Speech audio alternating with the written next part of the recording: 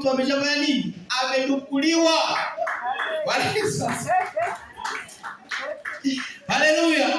Ule ufahamu ambao wewe unao, ambao unakueleza kwa Yesu kuna kila kitu. Kwa Yesu huwezi kunitoa. Kwa Yesu yote yanawezekana. Kwa Yesu kila neno nikiliomba Bwana atajibu. Ule ufahamu umeshachezewa. Bwana Yesu asifiwe sana. Kwa hiyo ukichezewa ule ufahamu, mtu hata kama amesoma kiasi gani, utashangaa anatembea lakini amefungwa mkaa wenye hirizi hapa kiunoni. Msomi lakini ana hirizi kiunoni. Tayari watu washanukua akili yake.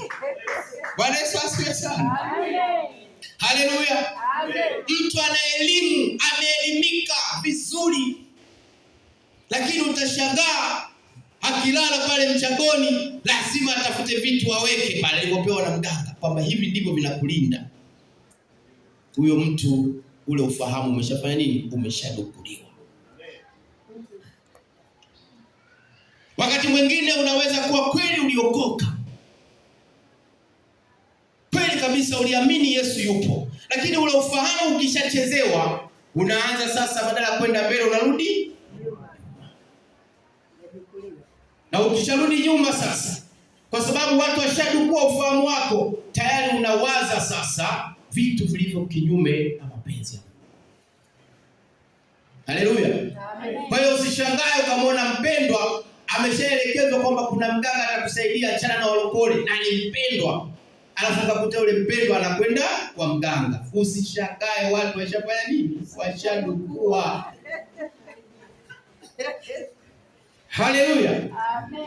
Ndio, ulikuwa na juhudi, ulikuwa na bidii kwa Bwana, na uliamini kabisa shida zako kwa Bwana zinaweza kutatuliwa. Amen. Bwana Yesu asifiwe. Lakini imefika mahali sasa unamwona Mungu kama muongo.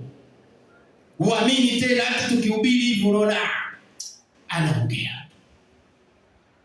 Angejua na kuambia ukweli kabisa, kuna watu washafanya nini? Washadukua ufahamu wako. Tunavyoviona katika ulimwengu wa mwili havitokei mwilini, wapendwa. Vinaanzia wapi? Rohoni.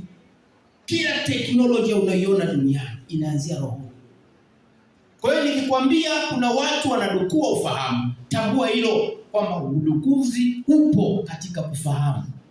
Ndio maana unaweza ukazungumza hivi ukamweleza mtu lakini asielewe umezungumza nini. Tambua kuna mtu anadukua ufahamu wako. Mwambie wewe, mimi sidukuliwi. Wewe